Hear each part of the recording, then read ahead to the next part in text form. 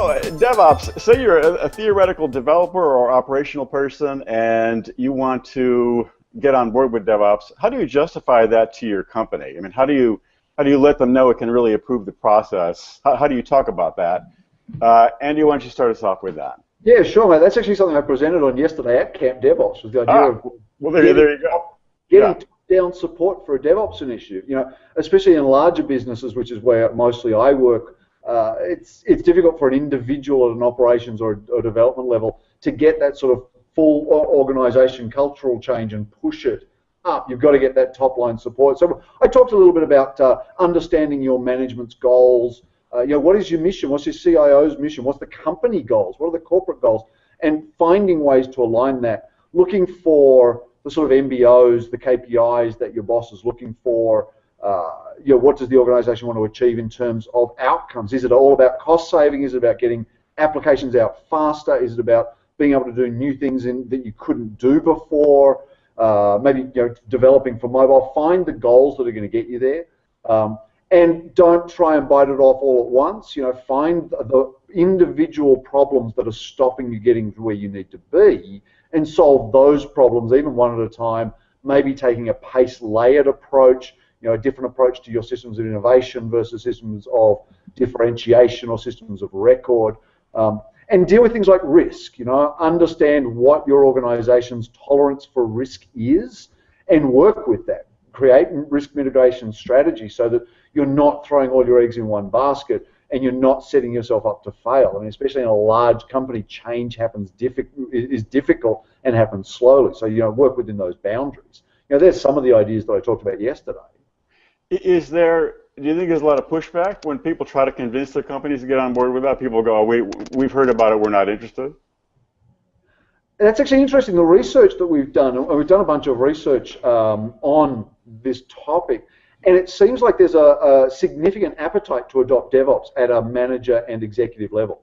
They don't necessarily know what it is, but they feel that they'd like to adopt. You know, they're hearing it, they're getting Management My Magazine. I don't think there's a lot of pushback. I mean, the research we did, it was only about 13% of organizations were undecided or no on their desire to move forward with the DevOps strategy. So I think the senior executives are starting to hear it more and more. They're starting to see the results are real. So I don't see a lot of pushback still. Laurie, what's your sense if someone wants to justify DevOps to their company? Is there a specific strategy you might recommend? Yeah, I think, you know, a lot of what Andy said makes sense. You have to identify the places that maybe automating tasks is going to either prove out, you know, cost savings or is going to improve the process so that you're getting your application to production faster. You have to identify what's holding you back. Why can't you do that now, and where can you find those savings, and attack it from, you know, that specific domain rather than just trying to do the whole thing. You can't do it all at once. You have to find what's going to prove out the best value as your starting point to show, yes, this can improve and align us with the business. It can make us more agile, efficient, all of the buzzwords you get in there. And then actually do it. But you have to look at the processes first and say, what's really holding us back, and how can DevOps help with that? And then try and prove that out somehow using, you know, some sort of either, you know, model or just saying, hey, you know, this is where we think it can go, you know, let us try. Damon, is that square with your experience? I mean, first of all, do you hear much about pushback from management, or is it pretty well accepted? And how do people justify DevOps for their companies?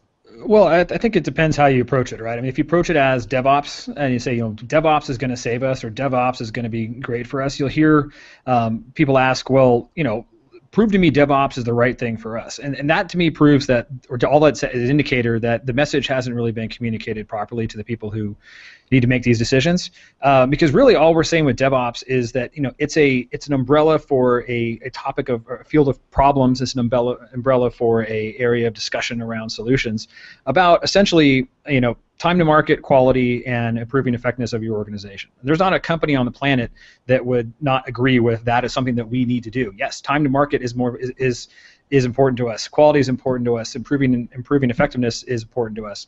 So, you know, when it's explained that way, when you go to the business and say, look, you know, we are a software-driven business. Every business now is pretty much a software-driven business, right? This is our factory floor. This is how we make our money. Even if we sell a physical product, this software component of what we do is going to be essential for time to market, quality, and the effectiveness of our organization. So how about we get on board with this movement where people are talking about doing just that? And how they're doing it is, they're breaking down how they used to do things and rethinking from the ground up, how do we organize our organization, how do we organize our processes, and then how do we find all the right tools that are going to make that work. So I think if you have trouble selling DevOps, first of all, stop trying to sell DevOps, and secondly, realize that what you're selling is improve time to market, improve quality, and improve organizational effectiveness. I haven't met a company yet that at least in the past few years, that has really cared about cost per se. No one says, I need to spend less on my IT. At least no company that's actually thriving or has a chance of thriving. Instead, they're saying, I need more effectiveness. I need to do more things. So I don't want to spend a lot more money, but of this X millions of dollars that I have to spend today, or billions of dollars I have to spend today, I want 2-3x amount of innovation and speed out of this organization. So don't worry about that we're going to save money, because no one's really paying attention to that. It's time to market, quality, and effectiveness, right? How much oomph can we get for our dollar instead of mucking around in stuff that's not getting us anywhere? Yeah, I mean, that's absolutely right. The research that we did, actually, you talk about no one wants to get out of bed to cut money out of their budget. The research we did, out of about 10 different items, cost reduction was the least important.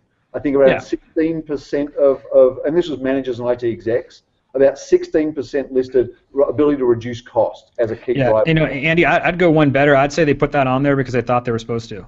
You're probably right. It's those things like you can't say, oh yeah, I'm a responsible executive, I want to spend less money, because I see this all the time in meetings. It's like, hey, what's your problems, guys? I'm talking to CIOs, and it's like time to market and quality. Those are 1 and 2, right? Usually actually tightly coupled. They don't really see often how they are, but it's always time to market and quality. And then it's like, as you're walking out the door, oh yeah, also can we spend less money?